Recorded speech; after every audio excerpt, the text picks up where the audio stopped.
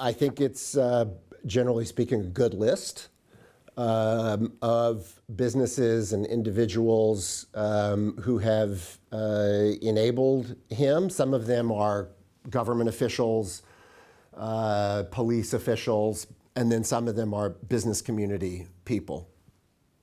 You know, can you sanction a business person who loves the Georgian Dream government? Well, probably not. I mean, you know, that's their political opinion.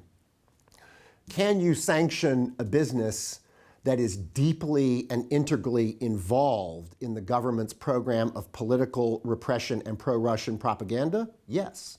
And if I were Irakli Gialuri, I'd be very worried about that right now. Because of the people on that list, of the business people on that list, if you ask me, the person who is most in the crosshairs for sanctions is him, because of his integral role in as the owner of Imedi TV in the propaganda. And you look at this executive order and enabling Russian policy, enabling Russian propaganda and everything, which is what Irakli Gialuri does through Imedi TV, is something he can be sanctioned for. Even when he is a citizen of the U.S.? Doesn't matter.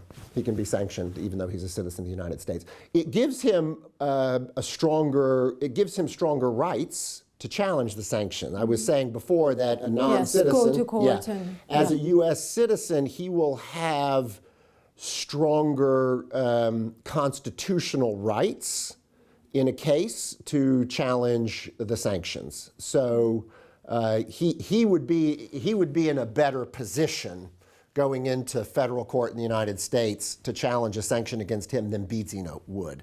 The U.S. law and the U.S. Constitution, just like in most countries, we don't have to be as nice and recognize as many rights to a non-citizen as we do to a citizen. Irakli, as a citizen, would have more rights in challenging a sanction against him. But of the people on that list, and you know, the ones who I know, he is the person who ought to be most worried, because he is most deeply integrated into the functioning of a government that is already defined as assisting Russian foreign policy in undermining democracy in Georgia, undermining human rights.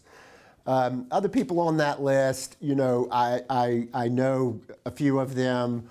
I think they absolutely deserve to be on that list. I think they should be ashamed. Is there anyone who doesn't deserve, in your opinion? Yeah, what I would say is, you know, I don't know what was behind that list and how it came about, but when I looked at that list, the name that stuck out to me is like, why is he on there, was Irakli Gialuri. Okay, you know, it's like it's to everyone. Yeah, it's like when you're in school and they give you like a list of things, which one doesn't belong here? It was like, you know, why is he there? Okay, because I would not have put him in the same category. I've never heard him, maybe other people have, I've never even heard him be really a vocal advocate for this government.